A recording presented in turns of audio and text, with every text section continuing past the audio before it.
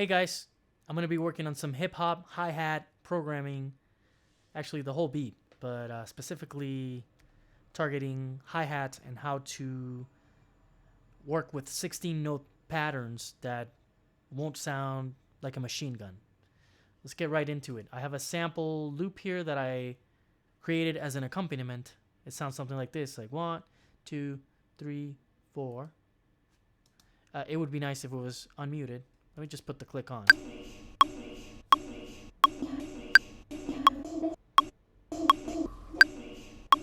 Okay, so I'm gonna go ahead and copy this and go to well, it's already here, but I'm gonna do it again. Go to my arrangement window and paste it.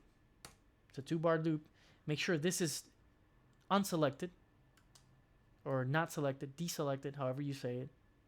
I don't remember right now how you say that word. If any of you know, please write it in the comments. I'll probably Google it by the time you write it. But all right, so back to the hi-hat. I have a drum rack here, and there's a fly near me that's bugging me, and I don't like that. But I basically have a drum rack and a kick drum. Let's make this sustain. Release. A little less sustain. Maybe more sustain. That's good. A snare and some hats. And I'm going to work here on the arrangement window, and you'll see why. Make sure this is on mixer, and then you can right click and insert MIDI clip. We don't need this right now. So now we have our loop, and I'm going to go to 16th notes and just kind of, come up with a beat. We'll see if this works.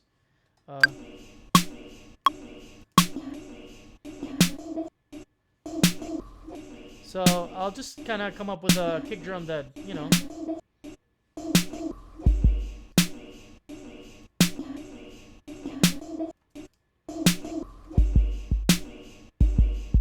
like that.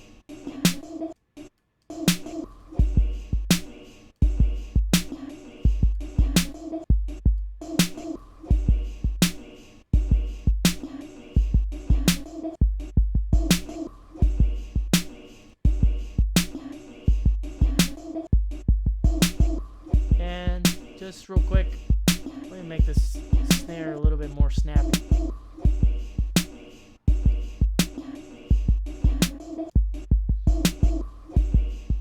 Kick is a little busy.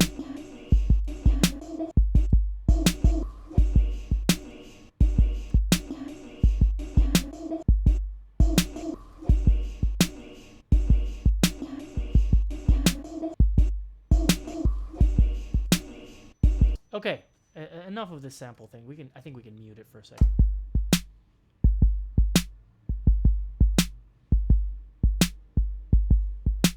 That's a kind of a lame loop, but I'm gonna work with it. Hi-hats. Let's first of all start with 4 of them. As you can see, they're pretty mechanical sounding. I'm gonna go ahead and individually automate the velocities of a couple of them. Immediately sounds better. Select. I just click here on the piano roll. Apple D, duplicates, duplicate, duplicate, duplicate, duplicate, duplicate, duplicate. I don't know why I just said duplicate all those times. That was 8 times, actually. But I can be dorky like that sometimes. Here's the loop.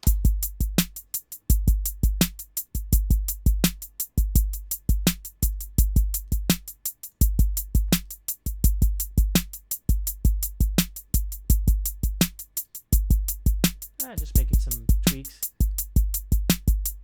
I could have like better samples too.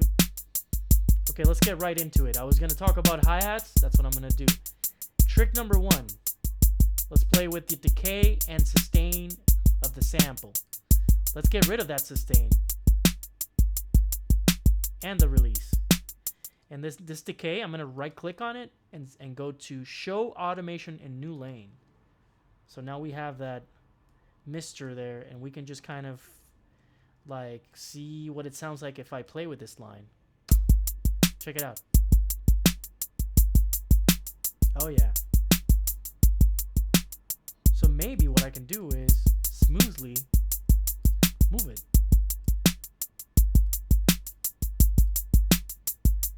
Like that, you see?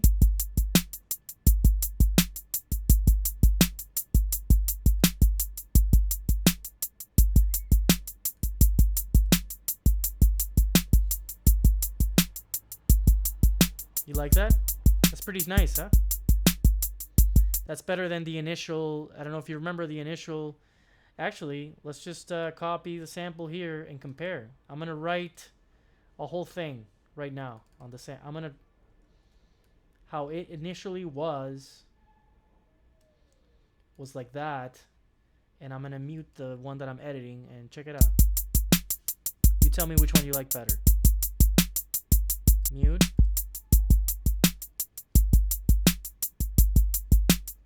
See how the decay is moving here? Because of that line that I drew? That's cool stuff. Alright, I'm going to do the same thing with the attack now. Go to the attack of the sample, right click, show modulation in new lane, and we have a whole new thing of that for attack. I just want to hear, again, what it does. Maybe like around here, exaggerated. Play. Check it out. So we got some action here. So I actually like the attack kind of lifted a little bit. And we can just smoothly, you know, maybe go inverse. Maybe when the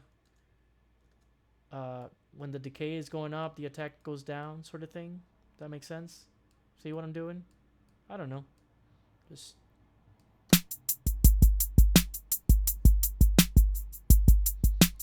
So maybe the thing about this is that you don't want to go too extreme. A way that you can fix that instantly is select the whole thing and then just bring it, shift, and bring the whole thing down so it's more subtle.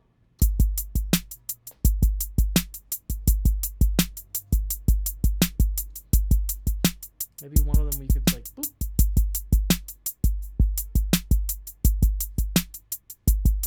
Less. Let's check out the original hi-hat.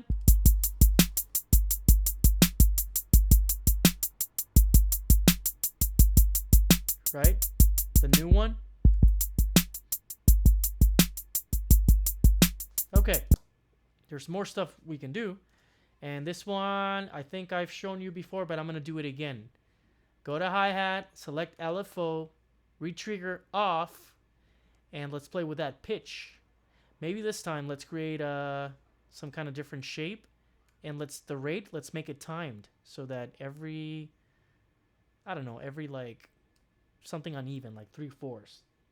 Let's exaggerate the LFO. You hear that shape, the going down, pitch-wise? So now, of course, you want to do that very subtly. Subtly. Is that a word? I hope it is.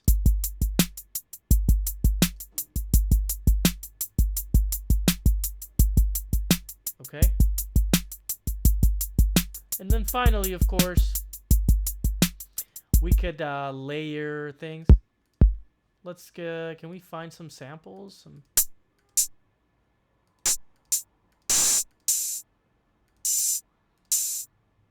Let's see what this sounds like. I'm not sure if it's gonna work, but we gotta try it, and you know, yeah. No filler words to say while I do this. Let's check this out. I don't know. It's okay.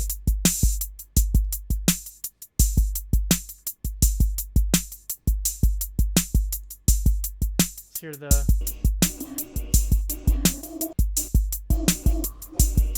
Okay, finally, there's one more thing I want to do. Let's get rid of this original... Well, we'll keep it there. Some of these... there's this feature on Ableton under... is it MIDI effects? Clips? Where's the groove? I'm looking for, oh, here we go.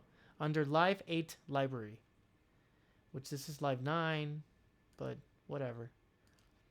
Let's select some of the grooves and maybe like MPC. Well, we're dealing with 16th notes, so let's try this one. 55. Just drop it there.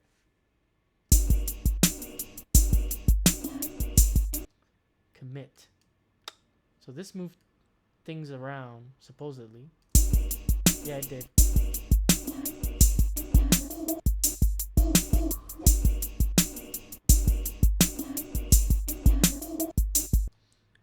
One thing I like to do, finally, is kind of rush the snare hits a little bit. Let's see if that works. On a few of them, maybe. Maybe the last one we drag it. Check it out.